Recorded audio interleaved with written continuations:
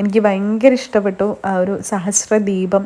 ആ ഒരു വിളക്കിൻ്റെ താഴെ നമ്മൾ നിൽക്കുമ്പോൾ അത്രയും ഒരു എനർജിയൊക്കെ നമ്മളിലേക്ക് എത്തുന്ന പോലെയുള്ളൊരു ഫീലായിരുന്നു ലോകനാർക്കാവിലമ്മയുടെ മുമ്പിൽ അന്ന് നിൽക്കുമ്പോൾ. അപ്പോൾ ഇങ്ങനെയൊക്കെ ഒരു പോസിറ്റീവ് വൈബ് നിങ്ങൾക്കും കിട്ടണം എന്നൊക്കെ ആഗ്രഹം ഉണ്ടെങ്കിൽ സന്ധ്യ നേരത്തുള്ള അമ്പല ദർശനം നല്ലതായിരിക്കും എന്നൊക്കെ നമുക്ക് തോന്നാറുണ്ട്.